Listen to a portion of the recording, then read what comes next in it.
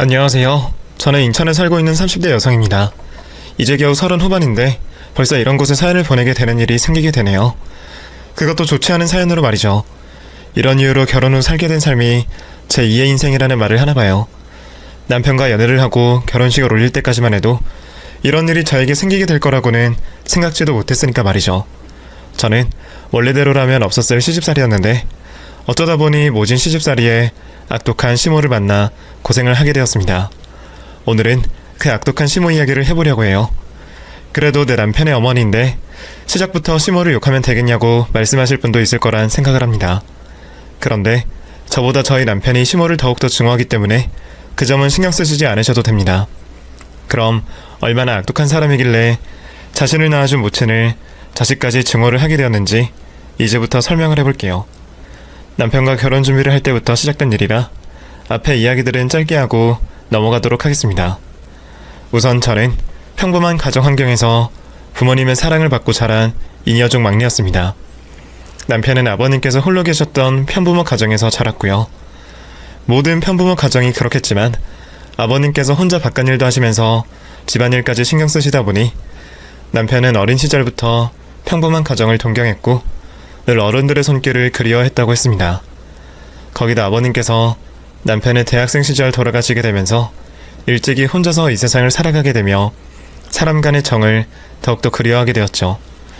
연락을 주고받고 만남을 가지는 친척분들이 남편 곁에 있었지만 서울에서 대학을 다니고 있던 남편과는 사는 지역도 다르고 각자 바쁜 세상살이로 인해 자주 보지는 못했다고 했습니다. 그런 남편의 사정을 연애를 하면서 알게 된 저는 남편과 더 많은 시간을 같이 보내려고 했습니다. 또 저희들의 연애가 길어지게 되면서 자연스럽게 남편의 사정 아시게 된 저희 친정 부모님께서 일찍이 남편을 예비 사이로 받아들여 주시면서 가족을 그리워하는 남편의 쓸쓸한 마음을 채워주시고 있었죠. 그러한 이유로 사람을 그리워하던 남편도 많이 안정된 모습을 보이고 있었어요.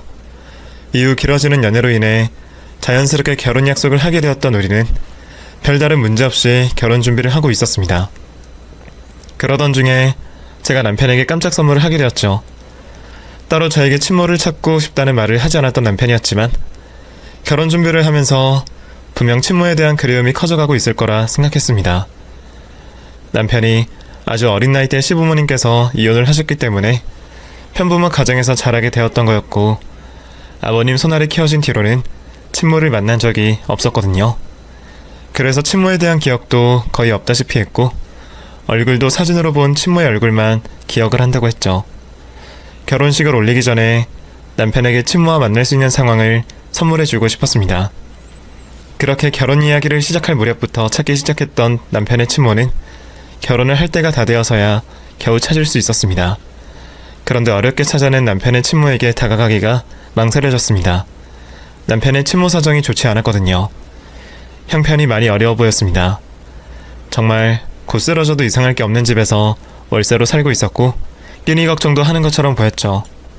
제 선에서 도움을 주는 건 문제가 되지 않았지만 남편에게 이런 상황 속 친모를 만나게 하는 게 맞는 일인가 고민이 되었습니다. 남편이 친모의 상황을 알곤 많이 가슴 아파할 것 같았거든요. 한동안 고민을 하던 저는 그런 건 모두 제가 판단할 것이 아니라고 생각했습니다. 우선은 후회가 남지 않게 남편과 친모의 만남을 주선해야 된다고 생각했죠. 그래서 원래 결심한 것처럼 남편의 친모에게 찾아가 저와 남편의 관계 그리고 제가 찾아온 이유에 대해서 설명을 했습니다. 제 이야기를 듣게 된 남편의 친모는 저에게 무척이나 고마워했습니다. 그리고 아들만 허락한다면 지금 당장이라도 아들을 만나고 싶다고 말했죠. 그 말을 듣게 된 저는 남편의 친모를 만나고 온 그날 남편에게 친모의 상황을 설명하고 만나고 싶어 한다는 말을 전달하게 되었습니다. 남편 역시 친모를 매우 만나고 싶어 했고 기대하는 모습을 보였죠. 그렇게 다음 주말을 맞아 저와 남편이 친모가 살고 있는 곳으로 내려가게 되었고 그곳에서 30여년 만에 두 모자가 만남을 가지게 되었습니다. 서로를 끌어안고 잠시도 떨어지지 않으려 하는 남편과 시모의 모습을 보며 참 감동스러웠습니다. 저도 같이 눈물을 흘릴 만큼 말이죠. 그 모습을 보며 뿌듯한 감정이 느껴졌고 모든 게 잘된 일이라 생각을 하고 있었습니다. 그런데 알고 보니 두 사람이 더 일찍이 만날 수도 있었던 상황이었습니다. 어머니 죄송해요. 제가 일찍 찾을 생각을 했어야 하는데 그동안 저를 찾지 않으셔서 저는 어머니께서 새 가정을 꾸리셨다고 생각했어요. 죄송해요. 민준아, 그런 말 하지 마라. 부모는 자식이 죄송하다, 미안하다라고 하는 말이 가장 가슴 아파. 나야말로 널 찾지 않아서 미안해. 실은 네 아빠가 널 못 만나게 했어. 이혼을 당시 네 아빠에게 여자가 있었거든. 네 아빠가 돌아가실 때 말을 안 했으니 너는 잘 모르겠지만 내가 네 아빠와 헤어진 것도 그 일 때문이야. 이혼 후 처음 몇 번은 널 만나러 갔었어. 그런데 그때마다 널 못 만나게 하는 네 아빠를 보면서 민준이 너를 혼란스럽게 하지 않으려고 하는 줄 알았어. 어린아이에게 엄마가 둘이라는 게 쉽게 받아들일 수 없는 일이었을 테니. 그래서 널 보는 걸 포기했단다. 어딘가에서 잘 자라고 있을 줄 알았지. 그런데 네 아빠가 그 여자와 헤어졌을 거란 걸 생각 못했구나. 일찍이 알았더라면 널 보러 갔을 텐데. 미안하다 민준아. 남편과 시모는 서로에게 사정이 있을 거라고 생각하고 찾지 않고 있었던 거였죠. 옆에서 듣고 있는 저도 안타까운데 두 사람은 오죽할까 싶었습니다. 거기다 남편은 이제까지 아버님과 시모가 단순한 성격 차이로 헤어진 줄 알았는데 아버님의 여자 문제로 시모와 생이별을 하게 되었다는 걸 알게 되었으니 더 힘들었죠. 그래도 두 사람은 이미 지나간 일에 크게 미련을 가지지 않기로 했습니다. 앞으로 왕래를 하며 지내게 될 시간을 더 의미있게 생각하기로 했죠. 그렇게 남편의 친모도 결혼 전 찾게 되었으니 이제 행복한 결혼식만 올리면 된다고 생각했습니다. 그런데 그 일 때문에 결혼 직전 목소리가 높아지는 일이 생기게 되었습니다. 남편이 시모를 혼주석에 앉히고 싶다고 친척분들에게 말을 한 거죠. 그런데 친척분들께서는 시모가 그 자리를 앉을 자격이 없다면서 반대를 하셨습니다. 고모, 그 감정은 아버지와 어머니 두 분 사이의 일이에요. 이건 제 결혼식 문제고요. 만약 아버지가 살아계셨더라면 이런 말 꺼내지도 않습니다. 그런데 아버지께서는 돌아가셨고 저를 낳아주신 어머니는 살아계시잖아요. 도대체 무슨 자격이 안 된다고 이러시는 거예요? 그럼 그 여자가 자격이 있다고 생각하니? 자기 새끼 낳고 한 번도 찾아오지 않는 사람이? 그건 고모가 모르는 일이 두 분 사이에 있어서 그런 거예요. 그리고 어쨌든 제 결혼식에 저를 낳아주신 어머니가 그 자리를 앉지 않는다면 누가 자격이 있다는 겁니까? 또 그 자리에 어머니를 앉힌다고 걱정될 만한 상황이 생기는 것도 아니잖아요. 아버지께서 저를 얼마나 잘 키워내셨는지 어머니께 보여드린다고 생각해주세요. 결국 친척분들은 남편의 고집을 꺾을 수 없었고 남편이 원하는 대로 시모를 혼주석에 앉히기로 했습니다. 이후 시모도 처음에는 그 자리에 앉을 자격이 없다며 거절을 했습니다만 계속된 남편의 설득 끝에 수락을 하게 되었죠. 그래서 결혼식장 분위기가 어수선했습니다. 저희들의 결혼식을 참석한 남편의 지인들은 남편의 친모를 처음 본 상황이라 어리둥절한 모습이었고 남편의 친척분들은 심하게 내색을 하지 않았을 뿐이지 누가 보더라도 불편한 모습이라는 게 느껴졌으니까요. 그래도 저야 남편이 행복하면 된 거라 생각하고 그 어수선한 분위기의 결혼식을 즐겼습니다. 이후 저와 남편은 행복한 신혼생활을 시작하게 되었고 우리뿐만 아니라 주변 사람들도 챙기기 시작했죠.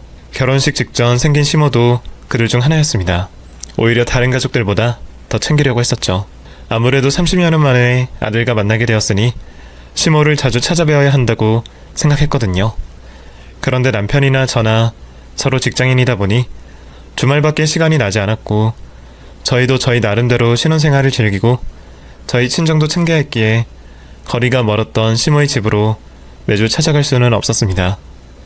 그러자 시모가 아들과 더 많은 시간을 보내고 싶었는지 저희가 살고 있는 동네로 이사를 오겠다고 하더군요. 그때까지만 해도 그게 문제가 될 거라고는 생각하지 않았어요. 이전까지는 시모와 같이 시간을 보내는 동안 인상 찌푸려질 일이 없었으니까요. 그런데 시모가 이사를 온 날부터 사건이 발생하기 시작했습니다. 시어머니 되는 분이 이사를 오신다고 하니 당연히 집을 찾아가 손을 거들게 되었죠. 그런데 짐을 옮기는 내내 시모가 계속해서 고성의 잔소리와 짜증을 내는 겁니다. 얘 이걸 여기다 두면 어쩌자는 거야? 정리를 해서 넣어야 될 거 아니야. 그거 안쪽에 닦고 정리하려고요. 넣었다가 빼면 일을 두 번 하게 되어서요. 그럼 빨리 닦을 거 닦고 집어 넣어야지. 너 왜 이렇게 손이 느려? 그래서 어느 세월에 이 짐들을 다 정리할 거야. 그리고 저건 뭐야? 저건 누가 저리다 놓으라고 했어? 그건 제가 한 게 아닌데. 이삿짐 아저씨께서 하셨나봐요. 그럼 넌 그걸 보고만 있니? 딱 봐도 둘자리가 보이는데. 아유 답답해라. 같은 동네에서 이사를 하는 것도 아니고 이사하는 동네로 오는 것만 반나절이 걸렸으니 시모의 신경이 예민해진 거라고 생각했습니다. 그래서 시모의 짜증스러운 행동과 말에도 이해를 하고 있었죠. 그런데 곧바로 황당한 일이 벌어졌습니다. 이삿짐 차량이 떠날 때가 되자 시모가 저를 부르는 겁니다. 그리곤 자기는 방으로 들어가 다시 정리를 하더라고요. 무슨 일인가 싶었는데 이삿짐 아저씨께서 저에게 계좌번호를 불러주시는 거예요. 그러니까 이사 비용을 내라는 그 말이었던 거죠. 그래도 내 시어머님 일이고 형편도 뻔히 아는 상황이었으니 기분 나빠하지 않으려고 했습니다.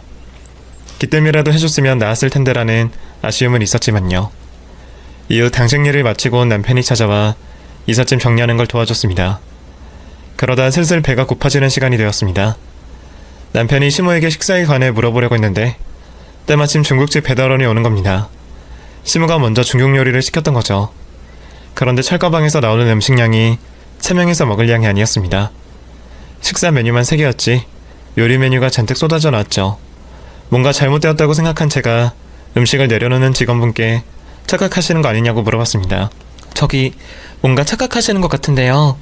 저희가 이거 다 시키지 않았을 거예요. 저희 3명이거든요. 네? 여기 32-2번 집 배교 아니에요? 그렇긴 한데 아니에요 아저씨. 이거 다 우리가 시킨 거 맞아요. 예, 너는 나한테 물어보면 될걸 왜 아저씨한테 물어보니? 이것들 다 내가 시킨 음식 맞다.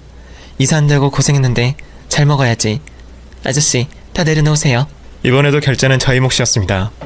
물론 시모가 식사값을 계산할 거라는 생각은 하지 않았지만 그래도 좀 어이가 없더라고요. 제가 표정을 숨기지 못하자 남편이 시모 몰래 미안해하며 이해를 부탁했습니다. 여보 미안. 아무래도 어머니가 이삿짐 옮기고 나선 나다니실 정신이 없을 테니까 며칠 드실 음식까지 시키신 것 같네. 이해 좀 해줘. 내가 용돈 아껴서 오늘 든 비용 메꿀 테니까. 남편도 돈이 문제가 아니라는 걸 알고 있었지만 우선 어떻게든 표정이 좋지 않은 저를 풀어주려 아무 말이나 하며 저를 달랬죠. 저도 남편이 난감해한다는 걸 알았기 때문에 바로 표정을 고치고 아무렇지 않은 척을 했습니다. 그리고 남편의 말처럼 시모를 이해를 하려고 했죠. 그런데 그런 남편의 말과 달리 바로 다음날 시모에게 장을 보러 가자며 연락이 왔습니다. 제가 회사에 있는 시간이었는데도 말이죠. 네 어머님 무슨 일이세요? 너 지금 점심시간이지. 그럼 나랑 장 좀 보러 가자. 네? 어머님 시간이 그렇게까지는 안 되는데요. 그래? 그럼 기다릴게.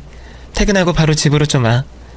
이삿짐을 옮기고 집으로 돌아가기 전 주변에 있는 마트나 시장, 편의시설들을 전부 지도로 그려주기까지 하면서 시모에게 알려드리고 왔었습니다. 그런데 왜 저에게 장을 보러 가자고 한 건가 싶었습니다. 단순히 같이 가는데 의미를 두는 것이라면 굳이 제가 퇴근을 할 때까지 기다릴 이유도 없는데 말이죠. 걱정이 되었지만 딱히 핑계를 댈 것도 없었고 단순히 장을 보러 가는 거니까 퇴근을 하고 시모 집으로 찾아가게 되었습니다. 시모는 제가 도착하자마자 잠깐 앉아 숨 돌리라는 말도 하지 않고 시장을 가자고 했고 같은 시장을 몇 바퀴를 돌며 여러 짐들을 저에게 다 들게 했죠. 그런 것들 다 참을 수 있었는데 시모가 저에게 하는 말들이 거슬렸습니다. 제가 집는 음식 재료들 족족 딴죽을 걸었거든요. 너 일부러 그러니? 네? 무슨 말씀이세요? 일부러 상품 가치 없는 파지를 집는 거냐고. 네가 집는 것마다 죄다 못 쓸 것들인데 이게 일부러 그러는 게 아니면 뭐냐? 아무리 이제 막 살림배워가는 단계라고 해도 너무 심한 거 아니야? 너 이래서 우리 아들 제대로 먹이긴 하겠어? 요즘 들어보니까 아침밥도 남편 보고 알아서 챙겨 먹고 저녁도 사먹고 오라던 여자들이 있다고 하던데 너도 그런 애니? 그렇게 짜증은 있는 대로 부려놓고 이번에도 결제는 제가 해야 되었습니다. 그리고 제가 가져다 놓은 재료들을 요리까지 해놔야 그날의 일이 끝나게 되었죠. 그런 일들이 일주일에 여러 번 반복되었습니다. 돈 가지고 속 좁게 굴기 싫었지만 시모를 만날 때마다 드는 비용을 보면 신경을 안 쓸래야 안 쓸 수가 없었고 또 저에게 하는 말마다 가시가 박혀 있어 점점 더 거슬리고 불편해지기 시작했죠. 거기다 셈은 얼마나 많은지 무조건 주말마다 자신과 함께 해주기를 바랬습니다. 그건 이해를 해주려고 했어요. 지난 시간과 제 남편과 떨어진 시간이 있었으니까요. 그런데 해도 해도 너무했던 게 저희 친정아빠 생신이라고 했는데도 못 가게 잡더라고요. 너는 이번 주 토요일날 우리 집에 와서 다 같이 점심밥 먹자. 잠깐 앞에 나갔다가 저녁도 먹고. 어머님, 저번에 말씀드렸는데 그날이 저희 친정아버지 생신이세요. 그래서 그날은 안 될 것 같아요. 생신 축하를 언제부터 하는데? 점심부터 하니? 네? 딱히 정해진 시간이 있는 건 아니지만 저녁에 다 같이 모이긴 하죠. 그러니까 점심 먹고 가면 될 거 아니야. 양쪽 집안이 만족할 수 있는 방법이 있는데 왜 그렇게 머리를 쓰려고 하니? 그럼 그냥 일찍 와라. 조금이라도 시간 더 보내게. 결국 아침부터 시모 집에 가게 되었는데 집을 떠나기로 약속한 시간이 되어서도 놔주지를 않는 겁니다. 아픈 척을 하면서 말이죠. 저희와 시간을 잘 보내다가 갑자기 아파하는 시모를 보며 당연히 꾀병이라는 걸 알았습니다. 그 모습을 보자 이건 좀 너무하다고 생각이 들었습니다. 결국 저는 화가 난 상태로 자리를 박차고 나가 친정집으로 가게 되었죠. 남편은 어쩔 수 없이 시모에게 잡혀있게 되었고요. 남편 없이 혼자 친정집에 오게 된 저를 본 친정 식구들은 애써 제 기분을 맞춰줬습니다. 친정아빠 생신이시다 보니 기분 나쁜 내색하지 않으려고 했는데 그게 안 되더라고요. 결국 제가 눈물을 흘리며 이제까지 있었던 이야기를 하게 되었고 아빠께서 남편에게 이제까지 있었던 일에 대해 좋게 둘러서 이야기를 하며 주의를 주셨죠. 남편 역시도 시모가 이제까지 저를 부르는 일을 심각하게 생각하고 있었기 때문에 이번 일을 문제 삼아 시모에게 무리한 행동과 요구, 심한 말을 하지 못하게 잘 설명하겠다고 했습니다. 그렇게 주말을 맞아 남편이 시모에게 말을 하러 가게 되었죠. 그런데 남편이 시모를 찾아간 지 얼마 되지 않아 저에게 전화가 걸려왔습니다. 시모였죠. 전화를 받았는데 시모가 대뜸 저에게 욕을 하는 겁니다. 뒤에서 남편이 시모를 말리는 목소리가 들렸고요. 이 못된 년. 모자 사이 이간질하니까 좋냐? 이제 네 계획대로 된 거야? 이 망할 년아. 내가 뭘 얼마나 했다고. 내가 내 새끼한테 이런 소리를 듣게 만들어. 너 내 자식 네 손바닥에 두고 네 입맛대로 요리하려나 본데 어디 나도 네 입맛대로 해봐라. 지지든 볶든 네가 하고 싶은 대로 해보라고. 어머니 뭐 하시는 거예요? 왜 이렇게 흥분을 하세요? 그 사람한테 그러지 마세요. 남편이 시모의 전화를 끊었는지 통화는 거기서 끊겼습니다. 도대체 무슨 일이 벌어진 건가 싶었습니다. 다급히 시모 집으로 찾아가게 되었죠. 헐레벌떡 시모의 집으로 찾아가서 보니 이미 좀 전 상황은 끝이 난 듯 보였습니다. 시모는 자리에 앉아 울며 자기 한탄을 하고 있었고 남편은 난감한 표정을 짓고 있었죠. 아이고 내 팔자야. 남편 복 없는 년은 자식 복도 없다고 하던데 난 며느리 때문에 그나마 있는 자식 복을 빼앗겼네. 민준이 너 엄마가 어떻게 살았는지 말 안 했어? 그런데 그걸 조금 네 안에 귀찮게 하고 힘들게 했다고 나한테 이래? 남편 바람나서 돈 한 푼 못 받고 이혼당한 여자가 뭘 제대로 누리고 살았을 것 같아? 손가락 부러터지게 일하고 온몸이 부서져라 일하면서 살았다. 그러다 이제 몸도 아파 일도 못하는 상황에 네 아내, 내 며느리 조금 부려먹은 것 가지고 이러니? 내가 너희들과 같이 보내고 싶은 시간이 많았으면 하는 마음에 그렇게 한 건데 말 못되게 하고 행동 못되게 한 건 평생 살아온 내 삶이 그런 바닥이었던지라 그런 말들이 입에 배어서 그랬던 건데 그걸 이해 못해줘? 아니다. 그래, 내가 잘못했지. 밑바닥 인생이 사람답게 살겠다고 한 내가 문제야. 알겠다, 내가 사라져주마. 내가 없어져야 너희가 편하게 산다고 하니. 어머님, 말씀을 왜 또 그렇게 하세요? 그런 말이 아니잖아요. 시모는 자기가 살아온 힘든 인생을 또다시 되풀이하며 남편에게 협박 아닌 협박을 했죠. 결국 저와 남편이 흥분한 시모를 겨우 진정시켜야 했고 원래 시모 집을 찾아간 목적을 이루지 못하고 집으로 돌아와야 했습니다. 남편에게 자신의 인생사를 들이밀며 협박을 하는 시모의 모습을 본 저는 앞으로 괜한 말을 하지 말아야 되겠다고 생각했습니다. 이러지도 저러지도 못하는 남편이 불쌍해 보였거든요. 오히려 제가 남편을 위로해줘야 했죠. 저에게 위로를 받던 남편은 친모와 가깝게 지내게 된 것에 대해서 후회를 한다는 말을 했습니다. 그 말이 저에겐 또 다른 충격으로 다가왔고 축 처진 남편의 어깨가 안쓰러워 현재 꼬여버린 시모의 관계를 제가 개선시켜야 되겠다고 생각했죠. 그날부터 시모의 불응과 잔소리에도 기분 나빠하지 않으며 제가 나서서 잘 하려고 했습니다. 그런데 그 소동이 있고 난 뒤로 시모는 자신이 하는 행동과 말에 거리낌이 더 없어졌습니다.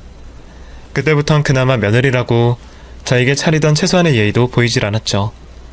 험한 말, 쌍소리는 기본이었고요. 요구사항도 많아졌습니다. 그런 일을 겪다 제가 회사를 잠시 휴직하게 되었습니다.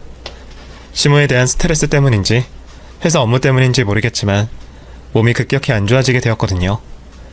그래도 일을 쉬게 되면 원래 일하던 시간에 휴식을 취할 수 있을 거라고 생각했는데 오히려 그 시간부터 시모에게 불려다니기 시작했습니다.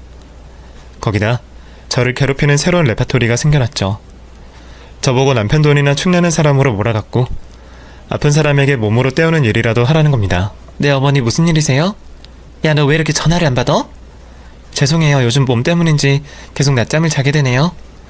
어이구, 팔자 늘어지는 소리 하고 있네. 너 우리 아들 돈으로 아주 호의호식한다? 밥 먹고 자고 TV 보고 자고. 너 그렇게 생활할 거면 잠깐이라도 몸 쓰는 일 하는 게 낫지 않겠니? 요 앞에 마트에서 사람 구하던데 그거 해서라도 가게에 도움이 돼야 되는 거 아니야? 어머님, 저 병원 다니고 있잖아요. 최소 3개월은 무리하지 말고 스트레스 받지도 말라고 해서요. 지금 몸이 너무 안 좋아서 그런데 좀 괜찮아지면 운동도 하고 차차 일할 몸 만들 거예요. 아이고, 그러세요. 대단하시네요. 그럼 그렇게 하시든가 마시든가 하고요. 우선 우리 집으로 좀 와라. 집이 낡아서 도배지를 시켰는데 이거 혼자서는 도저히 안 되겠다. 오히려 스트레스를 더 받을 수 있는 상황이었지만 그래도 남편이 이를 먼저 예상하고 적당한 선에서 핑계를 댈 수 있게 도와주었고 가끔은 시모에게 너무 괴롭히지 말라고 말도 해줬습니다. 덕분에 시모에게 매일같이 시달리지 않아도 되었죠. 하지만 좀처럼 개선되지 않는 시모의 관계와 존재는 점점 더 큰 고민거리가 되어가고 있었죠. 그러던 중 어쩔 수 없이 시모와 시간을 같이 보내야 하는 날이 찾아왔습니다. 바로 시모의 생일이 되었던 거죠. 당연히 가고 싶지 않았습니다만 그랬다가는 시모가 어떤 난리를 칠지 불보듯 뻔했습니다. 이왕 가야 한다면 그날 큰 소리가 나지 않게 준비를 하는 게 최선이라고 생각했습니다. 그래서 음식도 정성껏 준비하고 선물과 함께 용돈까지 챙기게 되었죠. 남편은 고생스럽게 직접 요리를 하지 말고 시모가 만족할 만한 비싼 식당으로 가자고 했지만 그때 저에게 시모의 말 한마디가 떠올랐습니다. 과거 시모의 부름으로 장을 보던 중 들었던 이야기였는데 생일상과 제사상은 무조건 손수 만든 음식을 올려야 한다고 말한 적이 있었죠. 그러다 보니 직접 생일상을 음식을 차리는 게 낫겠다 싶었습니다.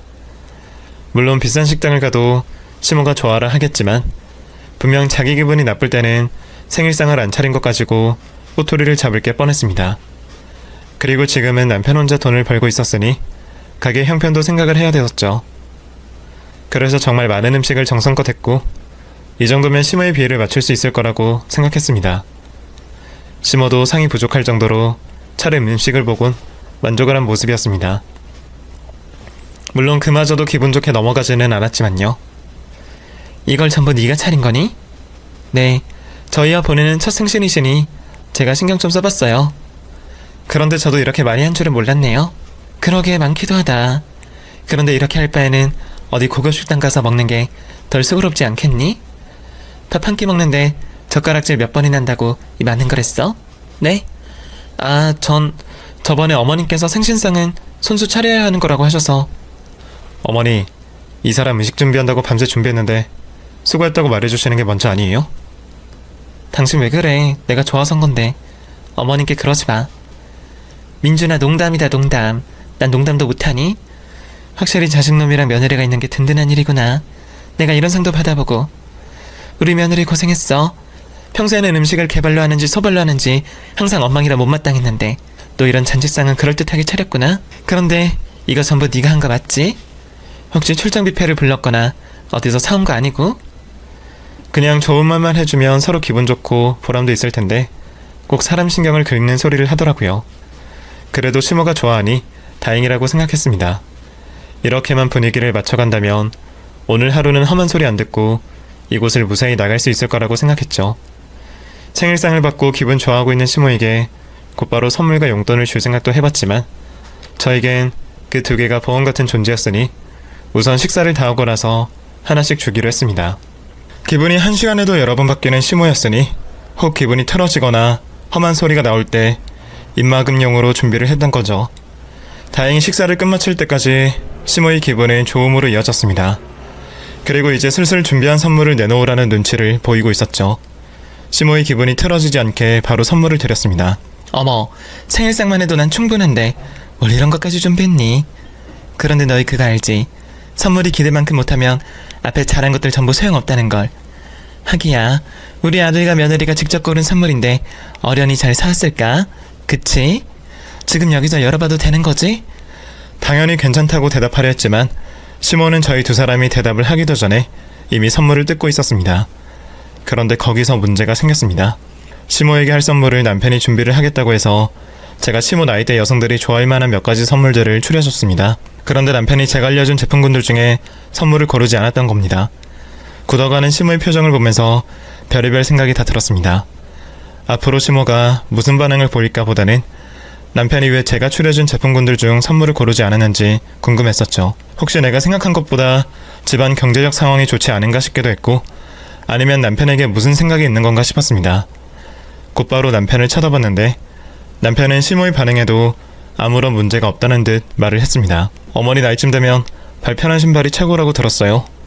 예전에도 그랬고 앞으로도 그렇고 어머니께서 바쁘게 움직일 일이 생길 것 같아서 제가 신경 좀 썼어요. 마음에 드세요? 남편도 시모의 표정을 분명 봤을 텐데 시모의 비위를 맞추기는커녕 오히려 약을 올리듯 말을 하고 있었습니다. 그것도 알 수 없는 말을 하면서 말이죠. 우선 제가 다급히 시모의 기분을 풀어주기 위해 남편의 말을 끊고 준비한 용돈을 챙겨드리게 되었습니다.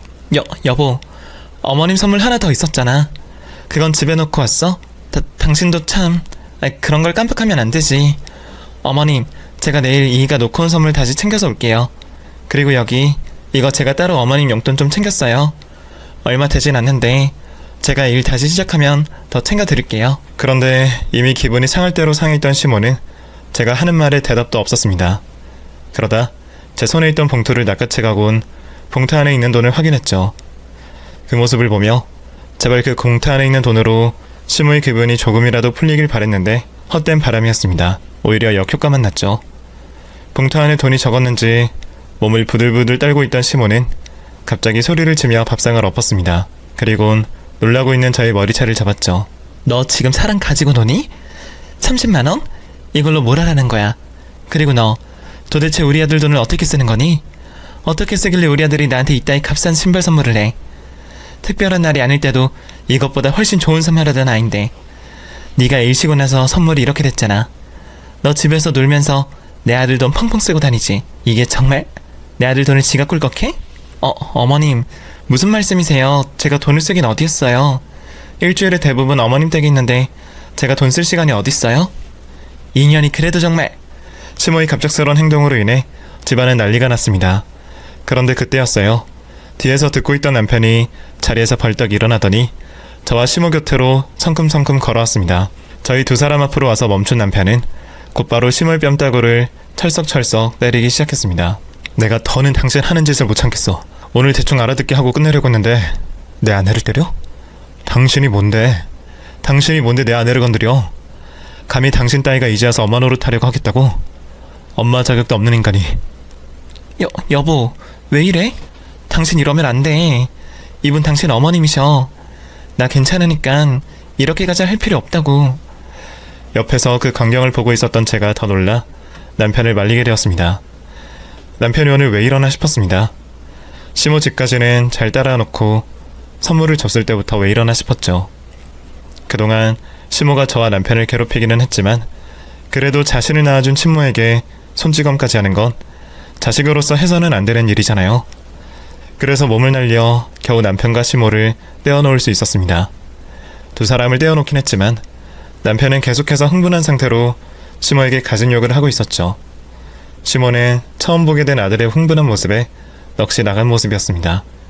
그리고 방금 전 맞은 뺨이 아파오기 시작하는지 빨갛게 달아오른 뺨을 만지기 시작했죠. 건장한 남편을 저 혼자 말리는 건 무리였기 때문에 남편은 몇 차례 저를 뿌리치고 나와 시모에게 달려들었습니다.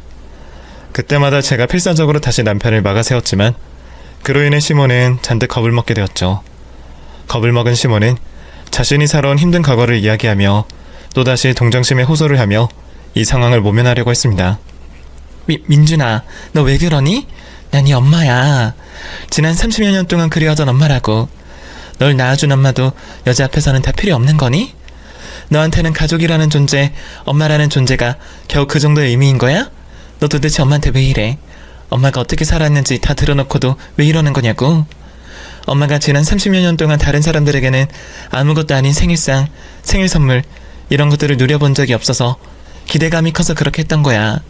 그런데 이것도 이해 못해주니? 네 안에 머리채 좀 잡았다고 나한테 이렇게 겁을 주고 욕을 하고 화를 내면 어떡하니? 엄마를 불쌍하게 생각해야지. 엄마 살아온 인생 몰랐으면 몰라도 다 듣고 같이 눈물도 흘려놓고선 이러면 안 되는 거다. 엄마가 신경질적으로 나와도 이해해주고 받아줄 생각을 해야 하는 거라고. 시모는 이제 그 이야기를 시작으로 자신이 얼마나 힘들게 인생을 살았는지 구구절절 말할 게 뻔했습니다. 이미 여러 차례 귀에 딱지가 않도록 들었던 이야기다 보니 저에게는 지겹게 들리는 이야기였지만 남편에겐 효과가 있을 수밖에 없는 이야기였죠. 친모가 어렵게 살아왔다고 눈물을 보이며 하소연을 하는데 감정에 동요가 없는 자식이 어디 있겠어요. 일부러 그 점을 노리고 한 말이라고 해도 말이죠. 그런데 이번에는 달랐습니다. 남편이 시모의 이야기를 들으면서도 흥분된 상태를 가라앉히지 않았죠. 오히려 그 이야기를 듣고 더 흥분하는 모습을 보였습니다.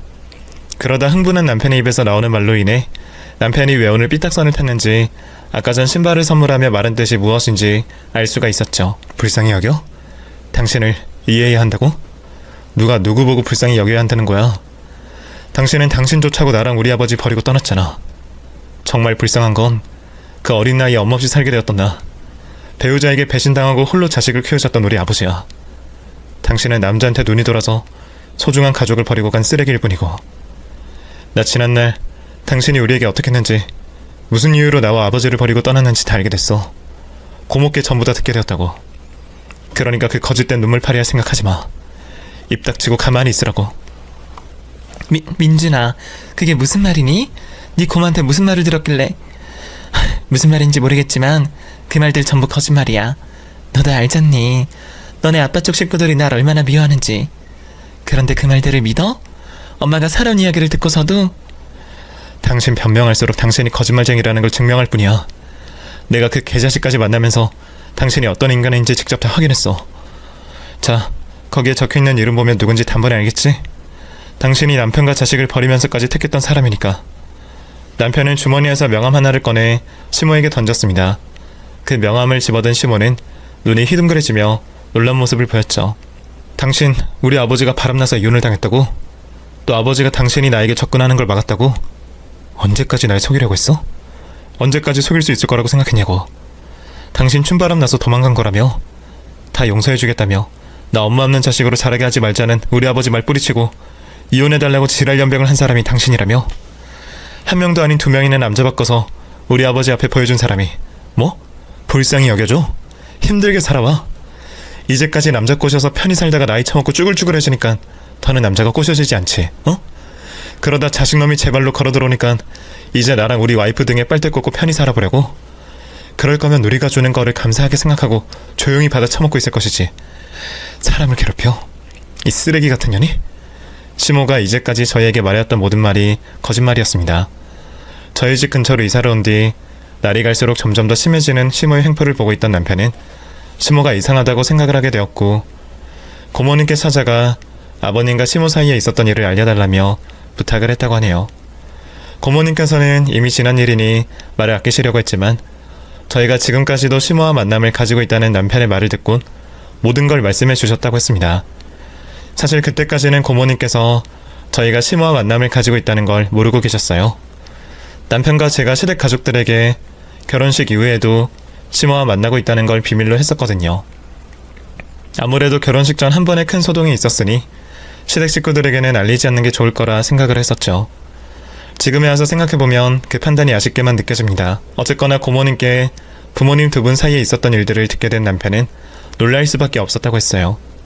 시모에게 들었던 내용과 전혀 달랐으니까요. 시모는 제 남편인 아들을 낳고도 모성애가 있는 모습을 보이지 않았다고 했습니다. 저에게 시조부모님 되시고 자신에게 시부모님이 되는 분들이 무섭지도 않았는지 여러 핑계를 대고 두 분께 남편을 맡기고서 춤을 추러 다녔다고 하네요. 그러다 눈이 맞은 사람과 함께 야밤에 도망을 쳤다고 합니다.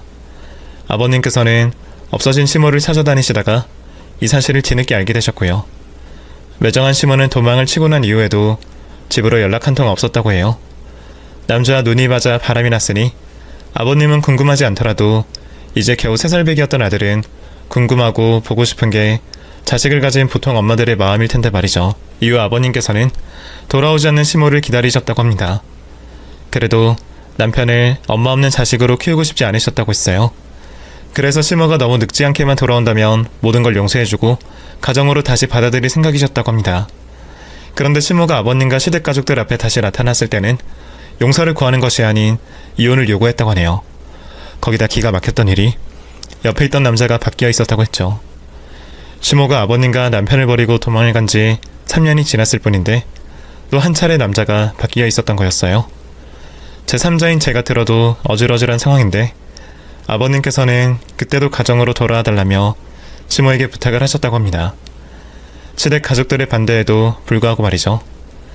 그렇게까지 하시는 이유는 딱 하나였습니다. 아들인 남편 때문이었죠. 하지만 시모는 호적에 있는 결혼관계 때문에 새 출발을 하기 어렵다며 아버님의 절절한 요구에도 이혼을 해달라고 난리를 쳤다고 합니다. 시모에게 쌀 한 톨만큼의 모성애도 없다는 걸 알게 된 아버님께서는 결국 이혼을 해주셨다고 해요.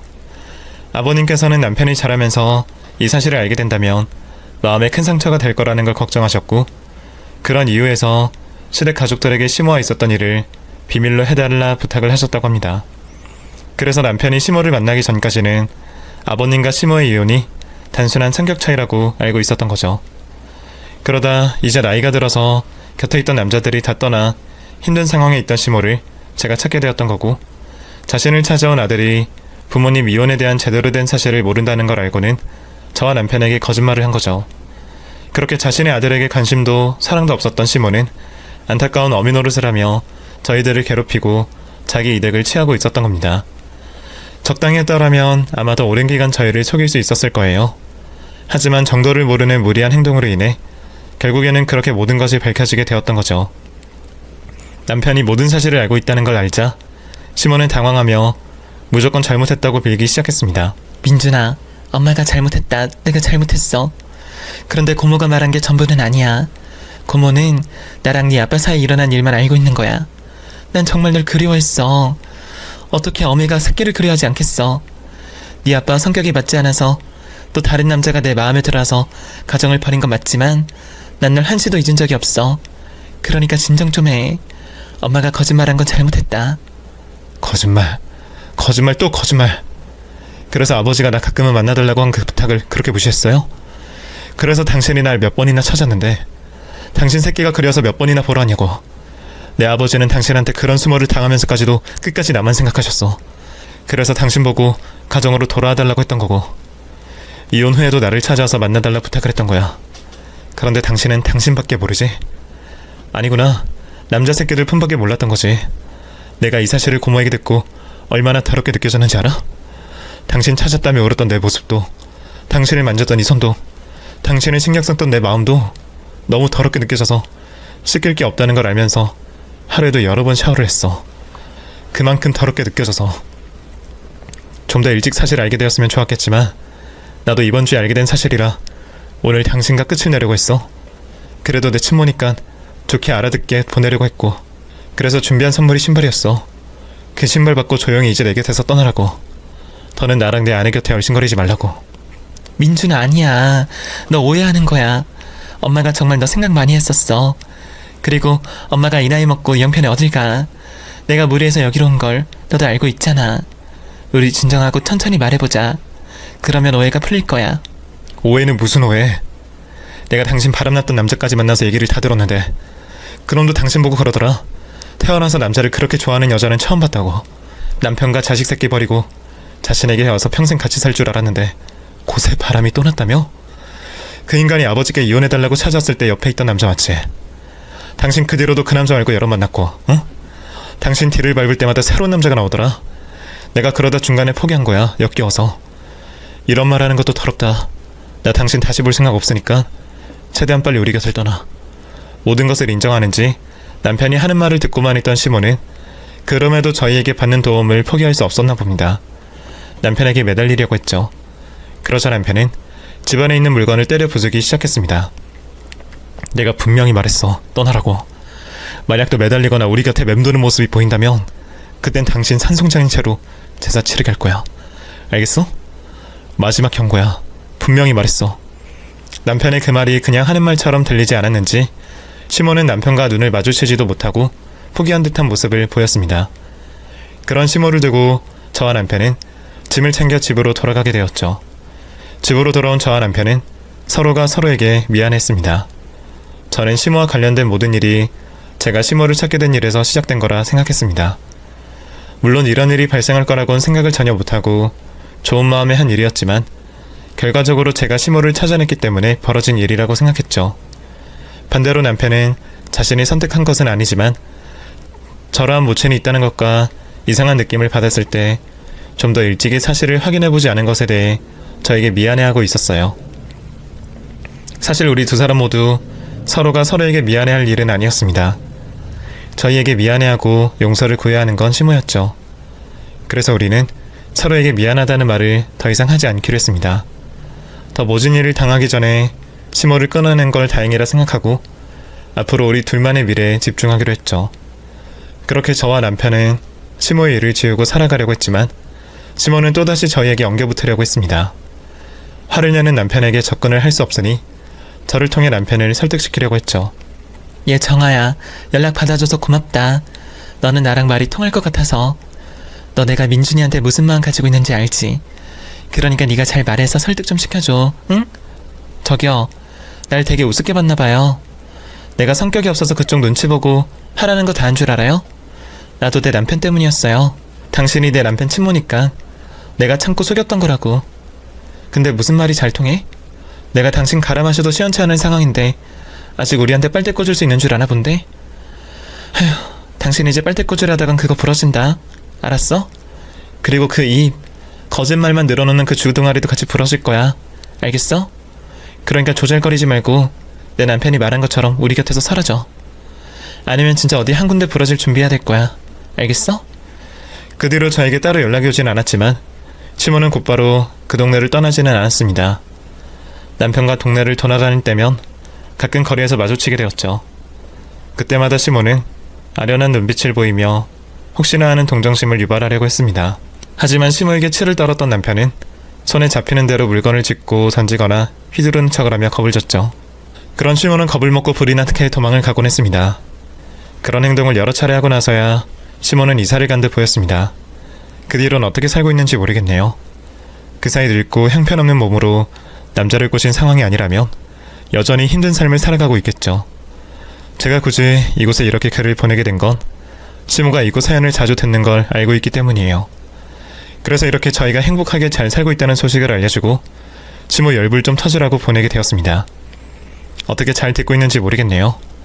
설마 자기 욕인 줄도 모르고 있었던 건 아니겠죠? 어머님, 저희 계속해서 행복하게 살 테니 평생 후회하시고 반성하시면서 사세요.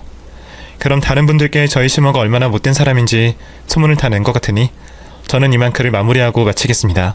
사연 들어주셔서 감사합니다. 그럼 여러분 모두들 안녕히 계세요. 감사합니다.